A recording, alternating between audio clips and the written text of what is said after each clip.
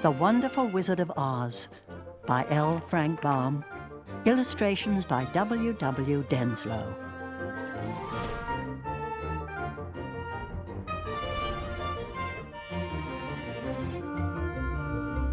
Dorothy lived in the midst of the great Kansas prairies with Uncle Henry, who was a farmer, and Aunt Em, who was the farmer's wife.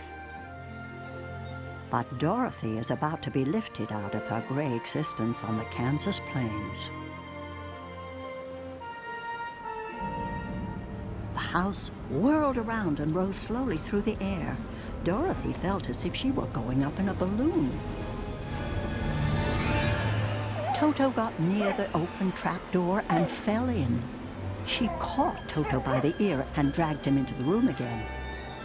In spite of the swaying of the house and the wailing of the wind, Dorothy soon closed her eyes and fell fast asleep.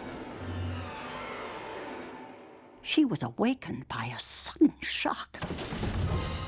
While she stood looking eagerly at the strange and beautiful sights, she noticed coming toward her a group of the queerest people she had ever seen. "You are welcome, most noble sorceress, to the land of the Munchkins. We are so grateful to you for having killed the wicked witch of the East." "That is the end of her," explained the Witch of the North, "but the silver shoes are yours to wear." "I am anxious to get back to my aunt and uncle. Can you help me find my way?" "The road to the City of Emeralds is paved with yellow bricks," said the witch. So begins Dorothy's quest to see the Wizard of Oz. Soon she encounters something with a surplus of straw and a shortage of brains. While Dorothy was looking earnestly into the queer, painted face of the Scarecrow, she was surprised to see one of the eyes slowly wink at her.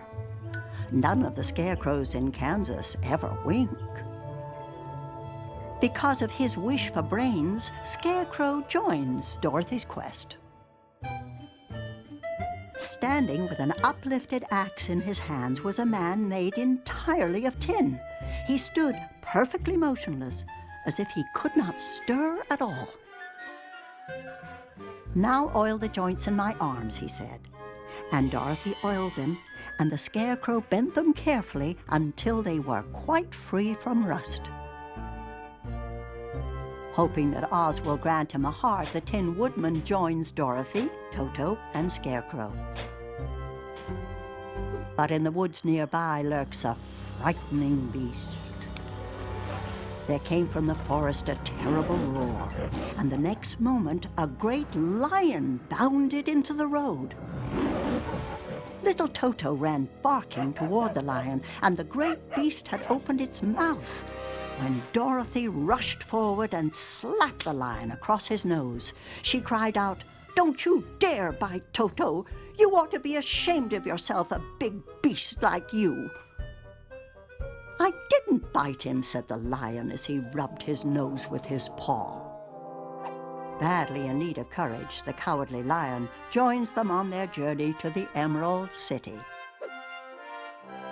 But danger strikes in many forms, from mighty bear tiger brutes called Kalidas to a deceptively beautiful meadow of poppies.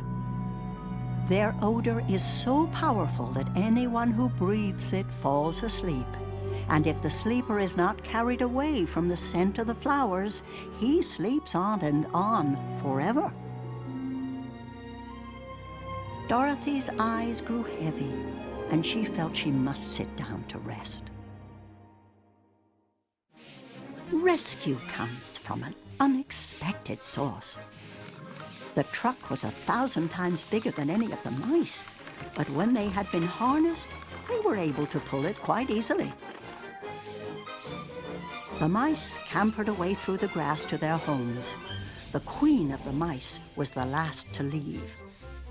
After thanking the mice for saving them, Dorothy and her companion set forth once more for the Emerald City of Oz.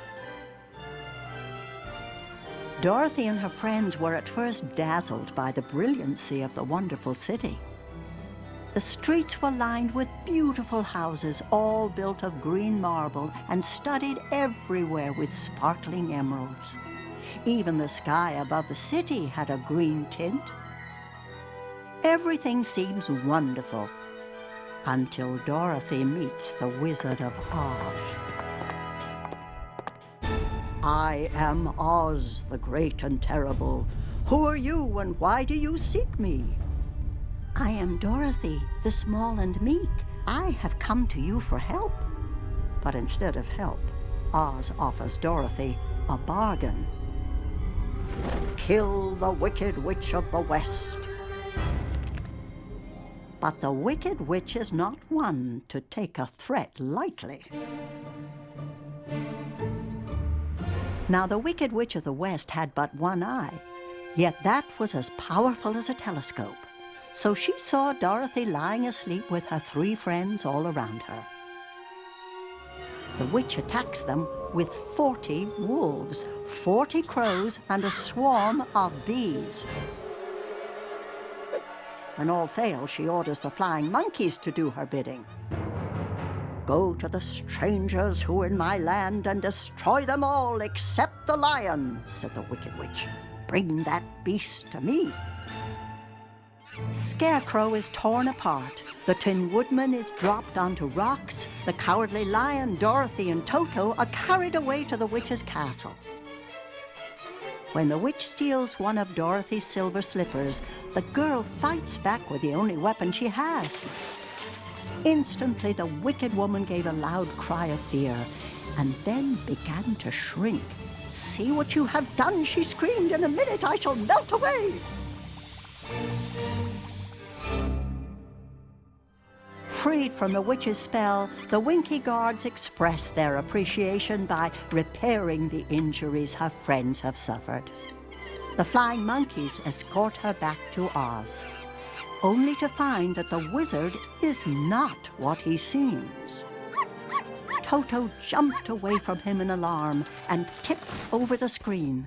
As it fell with a crash, they looked, and all of them were filled with wonder, for they saw a little old man with a bald head and a wrinkled face. I am Oz, the great and terrible, said the little man in a trembling voice. But please don't strike me. Oz reveals that he is a balloonist from Omaha who was stranded many years ago. He had no magic powers, but the wizard bestows special gifts on Dorothy's friends. A brain of pins and bran for Scarecrow, a heart of silk and sawdust for the Tin Woodman, and a potion of courage for the Cowardly Lion. And for Dorothy, the greatest gift of all, a chance to return home in a hot air balloon. Come, Dorothy, cried the wizard. Hurry up, or the balloon will fly away. Toto had run into the crowd. Dorothy picked him up and ran toward the balloon. Oz was reaching his hands out to help her into the basket when crack went the ropes, and the balloon rose into the air without her. Dorothy is disappointed, but she and her friends soon decide to head to the castle of Glinda, the Good Witch of the South. Along the way, Dorothy and her friends must brave fighting trees, a kingdom where people and dogs are made of china pottery, and the mild-looking but foul-tempered hammerheads. When they finally reach Glinda's castle, the Good Witch explains how Dorothy can return home. The silver shoes, said the Good Witch, have wonderful powers. They can carry you to any place in the world in the wink of an eye. Dorothy took Toto in her arms, and having said one last goodbye, she clapped her heels together 3 times, saying, "Take me home to Aunt Em." At long last, Dorothy returns home from the wonderful land of Oz. And oh, Aunt Em, I'm so glad to be home again.